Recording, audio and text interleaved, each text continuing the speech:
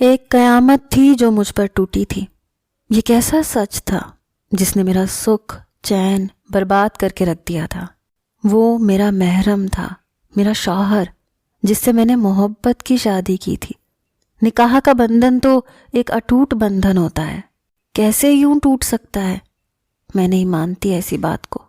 میں نے ہذیانی سی کیفیت میں نفی میں سر ہلایا تھا۔ میرے سامنے خالہ جمن بیٹھی ہوئی تھیں، جو کئی سال بعد اب پاکستان آئی تھیں، اور آتے ہی ہمارے سر پر ایسا بم پھوڑا تھا کہ ہم تو سوچنے سمجھنے سے قاصر ہوئے تھے۔ میری شادی کو 10 سال کا عرصہ گزر گیا تھا، میرے اور عادل کے 2 بچے بھی تھے، اور پھر ہم دونوں میں اتنی محبت تھی، ہم تو ایک دوسرے کے بغیر رہنے کا سوچ بھی نہیں سکتے تھے۔ بھلا کیسے خالہ جمن اتنی بڑی بات کہہ سکتی تھی؟ میرا دماغ کام کرنا ہی چھوڑ چکا تھا۔ عادل بھی اپنا سر پکڑے بیٹھا تھا۔ میں نے کہا، خالہ کیوں جھوٹ بول رہی ہو؟ کیا ہمارے بیچ پھوٹ ڈلوانا چاہتی ہو؟ وہ کہنے لگی، ہائے ہائے، میں کیوں پھوٹ ڈلوانے لگی؟ ارے سچ کہہ رہی ہوں، دیکھو تم دونوں کے درمیان اب تک جو بھی رشتہ قائم ہوا ہے وہ حرام ہے، ناجائز ہے، اس لیے ختم کرو اس رشتے کو۔ خالہ کے الفاظ سن کر تو میرا دماغ گھوم گیا تھا، اور عادل گم سم صوفے پر بیٹھا تھا۔ میں نے کہا، عادل یہ جھوٹ بول رہی ہیں، ایسا کبھی نہیں ہو سکتا۔ اگر اس بات کی کوئی حقیقت ہوتی تو چچی تمہیں ضرور بتاتی، یا اماں نے کبھی مجھ سے بات کی ہوتی۔ جب ان دونوں نے ایسا کوئی ذکر نہیں کیا تو یہ عورت کیسے کہہ سکتی ہے؟ یہ جھوٹ بول رہی ہیں۔ میں اس کی بات کو سچ نہیں سمجھ سکتی۔ میری آنکھوں سے تو آنسو بہے جا رہے تھے۔ سب سے بڑا مسئلہ یہ تھا کہ عادل بالکل خاموش تھا۔ مجھے تو لگا تھا وہ کہے گا کہ خالہ جھوٹ بول رہی ہیں، ابھی بھی ہم میاں بیوی ہیں، لیکن وہ چپ تھا۔ خالہ کہنے لگیں، دیکھو بھائی، میں نے تو تم لوگوں کو ایک بہت بڑی حقیقت سے روشناس کروایا ہے۔ ارے اگر مجھے پتا ہوتا کہ پاکستان آ کر مجھے یہ خبر سننے کو ملے گی تو میں تو تم لوگوں کی شادی ہونے ہی نہ دیتی، لیکن مجھے تو یہاں آ کر علم ہوا کہ تم دونوں کی شادی کو 10 سال بیت چکے ہیں۔ یہ کہہ کر خالہ کہنے لگی، اگر میری بات کا بھروسہ نہیں ہے تو میاں کسی مولانا سے پوچھ لو، وہ تمہیں بہترین مشورہ دے دیں گے، لیکن بھیا میری بات بھی سوا آنے درست ہے۔ کہنے لگی، میں تو بہت تھک چکی ہوں، اب آرام کرنے جاؤں گی۔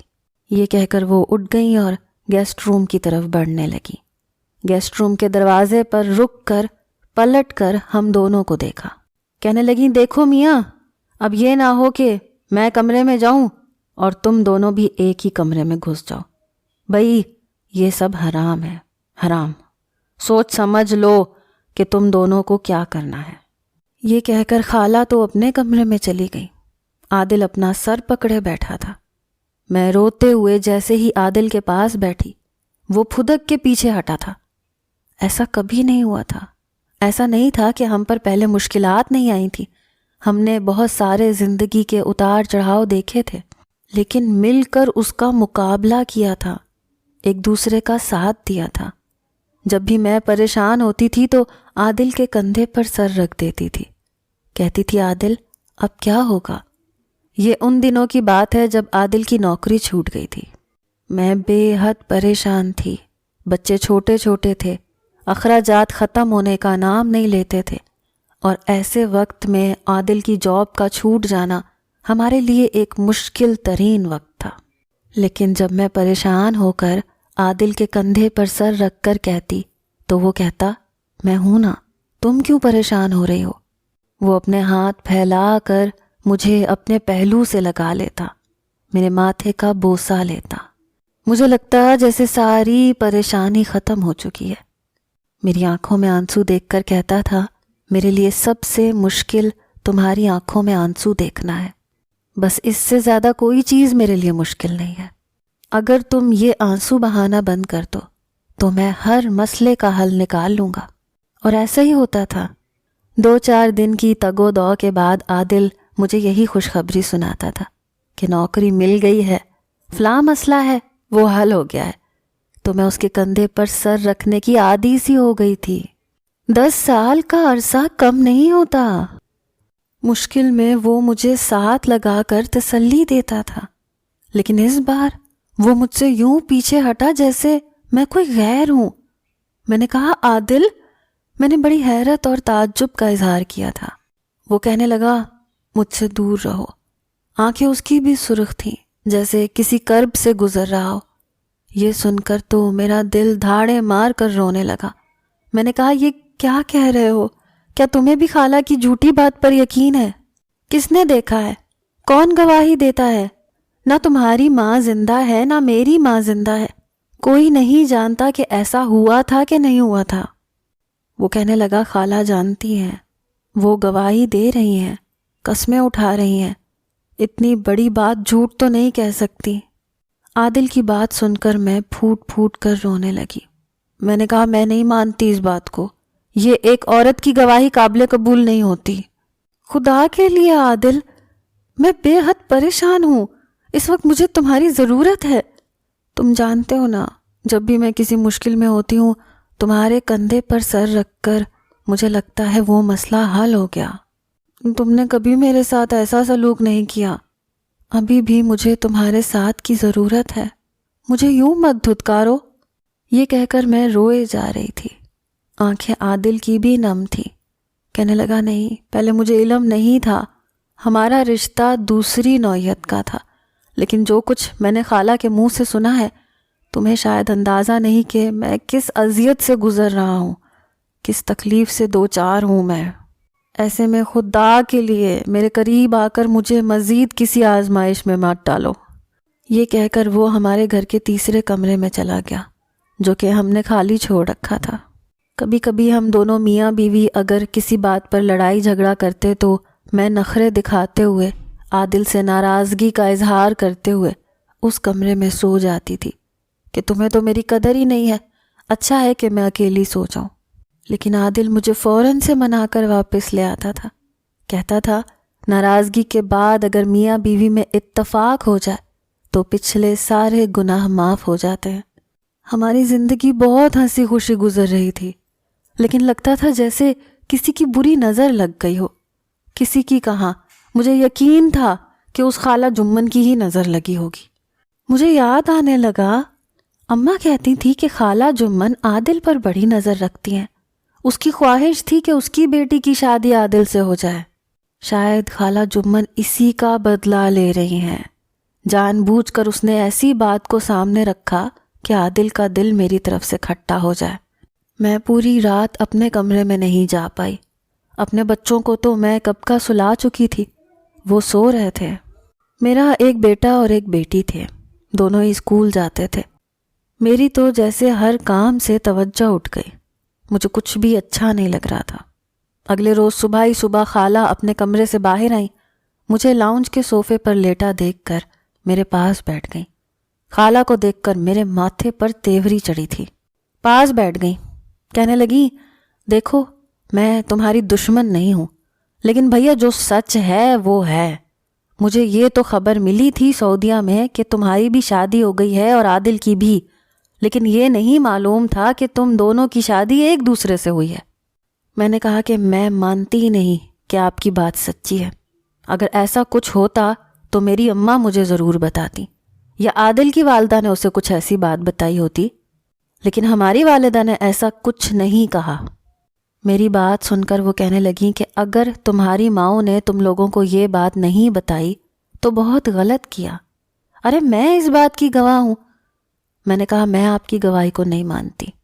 عادل میرا شوہر ہے، 10 سال سے ہم ایک رشتے میں بن چکے ہیں۔ شاید میں بے بس ہو گئی تھی۔ میں نے خالہ کے سامنے ہاتھ جوڑ دیے۔ میں نے کہا خالہ، خدا کے لیے آپ نے کیوں یہ تذکرہ چھیڑا ہے؟ آپ کو پتہ ہے پہلی بار ایسا ہوا ہے کہ عادل مجھ سے ناراض ہو کر الگ کمرے میں سویا ہے۔ بچپن کی نہ جانے کون سی بھولی بھٹکی بات کو اب کرید کے کیا ملا آپ کو؟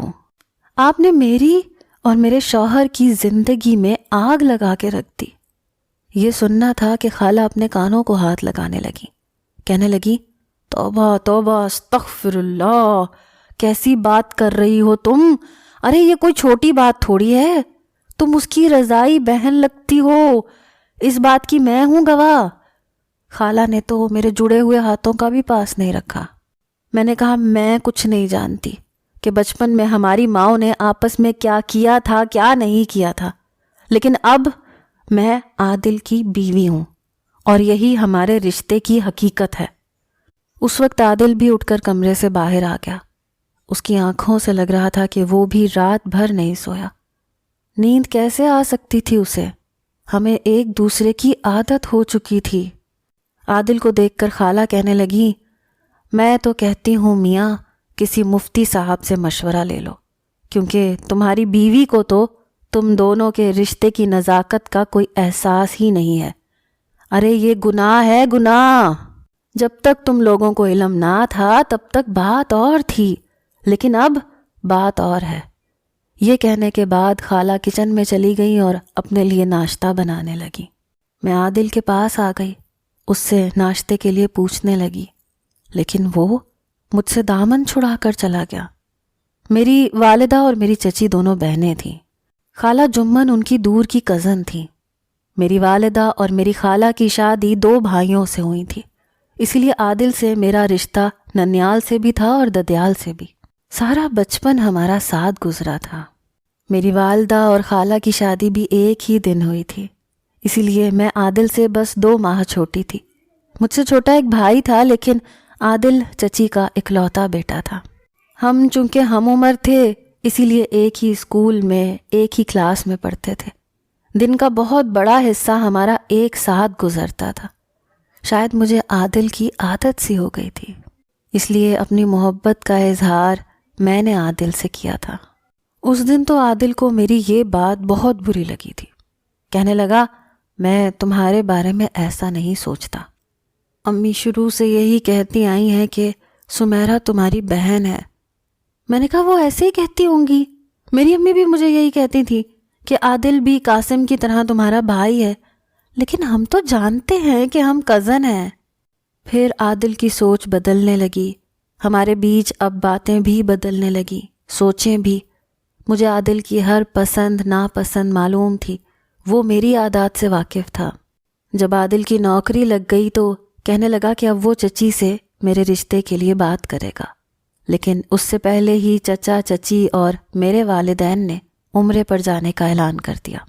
ہم نے یہی سوچا کہ وہ لوگ عمرہ کر کے آئیں گے تو تب ہمارا رشتہ بھی طے ہو جائے گا، لیکن عمرے کی ادائیگی کے بعد جب ہمارے والدین واپس آنے لگے تو ان کا جہاز کریش ہو گیا، سب مسافر مارے گئے۔ یہ صدمہ ہمارے لیے بہت بڑا تھا۔ مجھ پر بار بار غشی کے دورے پڑنے لگے۔ قاسم خود چھوٹا تھا، وہ مجھے کہاں سنبھال سکتا تھا؟ حالانکہ عادل کا دکھ بھی کم نہیں تھا، لیکن اس مشکل وقت میں عادل نے مجھے سنبھالا تھا۔ والدین کے انتقال کو چند ماہ گزرے تھے جب محلے والوں نے باتیں کرنا شروع کر دیں کہ یوں دونوں کزنوں کا ایک گھر میں رہنا مناسب نہیں ہے، اس لیے میرا عادل سے سادگی سے نکاح ہو گیا۔ قاسم کی جیسے ہی تعلیم مکمل ہوئی وہ دبئی چلا گیا، وہیں نوکری کرنے لگا۔ عادل اور میں ایک دوسرے کا سہارا بنے تھے۔ پھر ہماری زندگی میں بہاریں ہمارے بچوں نے لگا دی۔ زندگی بہت اچھی گزر رہی تھی جب تک کہ خالہ جمن سعودیہ میں تھی، لیکن جب ہمیں علم ہوا کہ خالہ جمن 20 سال بعد پاکستان آ رہی ہیں تو عادل انہیں ایئرپورٹ پر لینے چلے گئے۔ لیکن جب وہ گھر آئیں، مجھے دیکھا اور انہیں میرے اور عادل کے رشتے کے بارے میں علم ہوا تو وہ سر پکڑ کر بیٹھ گئیں۔ کہنے لگی، یہ کیسے ہو سکتا ہے؟ تم دونوں کا نکاح ہو ہی نہیں سکتا۔ ہم نے پوچھا کیوں؟ تو کہنے لگی، اس لیے کیونکہ تم دونوں رضائی بہن بھائی ہو۔ یہ سن کر میرا تو دماغ بری طرح سے چکرا کر رہ گیا۔ عادل اپنی جگہ پریشان تھا۔ مجھے لگا خالہ 70 سال سے اوپر کی ہو چکی ہیں، اسی لیے سٹھیا گئی ہوں گی، لیکن وہ تو اس بات پر قسمیں کھانے لگی۔ کہنے لگی، میں خود اس بات کی گواہ ہوں، تم دونوں کی ماؤں نے تم دونوں کو ایک دوسرے کا دودھ پلایا ہے۔ یہ سن کر تو عادل کے چہرے کا رنگ فک ہوا تھا، لیکن میں نے اس بات سے انکار کر دیا۔ لیکن خالہ تو قسمیں کھانے لگی۔ اب حال یہ تھا کہ عادل مجھ سے بات نہیں کر رہا تھا۔ خالہ 8 دن ہمارے گھر رہیں اور یہی کہتی رہیں کہ عادل کو چاہیے کہ تمہیں طلاق دے دے۔ طلاق کا نام سنتے ہی میں رونے لگتی، عادل بھی پریشان ہونے لگتے۔ خالہ ہمیں یہ سب کچھ کہہ کر چلی گئیں۔ ان کے جانے کے بعد میں نے عادل کو بہت سمجھایا کہ ایسا کچھ نہیں ہے، اگر ایسا ہوتا تو ہمارے والدین ہم سے یہ بات نہیں چھپاتے۔ عادل کہنے لگا، امی کہتی تھیں کہ میں تمہیں بہن سمجھوں، اور تائی اماں بھی تم سے کہتی تھی کہ تم قاسم کی طرح مجھے بھائی سمجھو۔ ہو سکتا ہے کہ جب میں امی سے تمہارے رشتے کی بات کرتا تو وہ مجھے یہ سچ بتا دیتی، لیکن اس سے پہلے ہی حادثہ پیش آ گیا۔ عادل کو شاید خالہ کی بات سچی لگنے لگی تھی۔ میں نے کہا، عادل سمجھنے کی کوشش کرو، اگر یہ بات سب کو معلوم ہو گئی تو سب ہمارا مذاق اڑائیں گے۔ ہمارے بچے ہیں عادل، ان پر اس بات کا کیا اثر ہوگا؟ ان کا مستقبل تباہ ہو جائے گا۔ میں جتنا اس بارے میں سوچتی میرا دل گھبرانے لگتا کہ کہیں عادل مجھے طلاق نہ دے دیں۔ میں چاہتی تھی کہ عادل اس بات کو بھول جائے، فراموش کر دے، لیکن عادل کو چین نہیں تھا۔ وہ گاؤں چلا گیا جہاں ہمارے خاندان اور برادری والے رہتے تھے۔ وہاں بھی اس بات کی تصدیق ہو گئی کہ میری چچی اور ماں میں بہت محبت تھی، کبھی لڑائی نہیں ہوئی تھی، اسی لیے انہوں نے ہم دونوں کو اپنا دودھ پلایا تھا۔ حالانکہ ایسی کوئی بھی مجبوری نہیں تھی، لیکن پھر بھی آپس میں محبت میں انہوں نے ایسا کام کیا تھا، اور ہماری زندگی کو ایک عجیب و غریب موڑ پر لا کر کھڑا کر دیا تھا۔ ہمیں بھی کبھی بچپن میں یہ بات نہیں بتائی۔ عادل جب واپس آیا تو مجھ سے کھینچا کھینچا سا رہنے لگا۔ جب وہ کہتا کہ مفتی کے پاس جانا چاہیے، میں اسے روک دیتی۔ میں کہتی، نہیں عادل، ایسا مت کرو، اس بات کو پھیلاؤ مت۔ وہ کہنے لگا، سمجھنے کی کوشش کرو، میں جب تک کسی مفتی سے نہ پوچھ لوں ہم کبھی بھی اپنی زندگی کے بارے میں ٹھیک فیصلہ نہیں کر سکتے۔ جو غلطی ہمارے بڑوں نے آپسی محبت میں کی ہے اس کی سزا ہمیں تو بھگتنی پڑے گی۔ میں رونے لگی۔ میں نے کہا، اور اگر مفتی صاحب نے کہہ دیا کہ نکاح فاسق ہو گیا ہے تو کیا کریں گے؟ میری اس بات پر عادل کی آنکھیں چھلکی تھی۔ کہنے لگا، ظاہر ہے پھر جو مفتی صاحب کہیں گے وہی کرنا پڑے گا۔ یہ سن کر تو میری جان نکلی تھی۔ میں تو عادل کے بغیر جینے کا تصور بھی نہیں کر سکتی تھی۔ عادل اب الگ کمرے میں سونے لگا۔ میرا کسی کام میں دل نہیں لگتا تھا۔ میرا گھر اجڑ گیا تھا۔ میری توجہ بچوں سے ہٹ چکی تھی۔ میں ہر وقت اسی بارے میں سوچتی رہتی تھی، بچپن کے دن یاد کرنے لگتی۔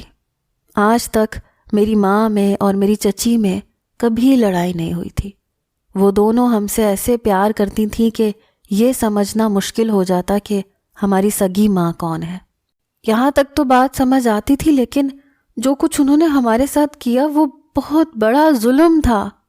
ایسا کام بحالت مجبوری کیا جائے تو سمجھ میں آتا ہے، لیکن پیار جتانے کا یہ کون سا طریقہ تھا جیسے ہماری ماں نے آزمایا تھا؟ مجھے یاد آنے لگا بچپن میں جب بھی میں گڈا گڈی کے ساتھ کھیلتی تھی اور کبھی اماں سے یہ کہہ دیتی تھی کہ یہ گڈی میں ہوں اور گڈا عادل ہے، تو امی مجھے ڈانٹنے لگتی تھی، کہتی تھی یوں نہیں کہتے۔ میں پوچھتی تھی کیوں؟ تو کہتی تھی کہ سب تمہارے بھائی ہیں، اسی لیے ایسے کھیل مت کھیلو۔ میں کبھی سمجھ ہی نہیں پائی کہ امی مجھے منع کیوں کرتی ہیں، نہ ہی انہوں نے کبھی اس بات کی وضاحت کی تھی۔ ہمارے بھی وہم و گمان میں بھی نہیں تھا کہ ایسا بھی ہو سکتا ہے، لیکن ہم جس مصیبت میں پھنس چکے تھے وہ بہت کربناک تھی۔ میری راتیں روتے ہوئے گزرنے لگیں۔ عادل مجھ سے بات کرنے سے بھی کترانے لگے۔ ایک دن میرا جی بہت گھبرانے لگا تو میں اٹھ کر عادل کے کمرے میں چلی گئی۔ وہ سو رہا تھا۔ مجھے پہلے جب بھی گھبراہٹ ہوتی تھی تو میں عادل کے ساتھ لگ جاتی تھی۔ اس کے تسلی بھرے 2 بول میری ساری پریشانی دور کر دیتے تھے، لیکن اب میرے پاس وہ سہارا بھی نہیں رہا تھا۔ مجھے غصہ اپنی ماں اور چچی پر آنے لگا۔ انہوں نے کیوں یہ سب بنا کسی مجبوری کے کیا؟ یہ کیوں نہیں سوچا کہ ہو سکتا ہے بچے بڑے ہو کر ایک دوسرے کا ساتھ چاہنے لگے؟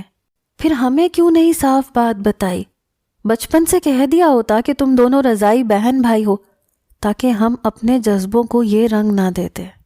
ہمارے والدین تو دنیا میں تھے نہیں، بس خاندان والوں سے ہی سنا تھا کہ ہماری ماؤں نے یہ سب کیا ہے، جسے سن کر میں پل پل مر رہی تھی۔ میرا ڈپریشن کے مارے دم گھٹنے لگا تھا، اس لیے میں عادل کے پاس جا کر لیٹ گئی، اس کے قریب ہو گئی۔ بہت حسین دن ہم نے ایک دوسرے کی سنگت میں گزارے تھے، لیکن جیسے ہی میں عادل کے پہلو سے جا کر لگی تو وہ ایک دم اٹھ بیٹھا، مجھے اپنے قریب دیکھ کر اٹھ بیٹھا، کہنے لگا یہ تم کیا کر رہی ہو؟ میں رونے لگی، اس کے ساتھ لگ گئی۔ میں نے کہا عادل میرا دم گھٹ رہا ہے، میں تمہارے بنا نہیں رہ سکتی۔ یہ سن کر وہ کہنے لگا اچھا رونا بند کرو، میں کل ہی مفتی صاحب کے پاس جاتا ہوں، شاید کوئی راستہ نکل آئے۔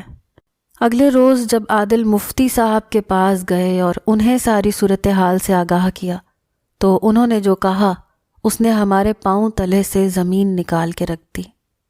وہ عادل سے کہنے لگے کہ لڑکی کے لیے اپنے رضائی بہن کے حقیقی بھائی کے ساتھ یا لڑکے کے لیے اپنی رضائی بہن کی بہن کے ساتھ نکاح اس صورت میں جائز ہے جب وہ نکاح کرنے والے کے رضائی بھائی یا بہن نہ ہو۔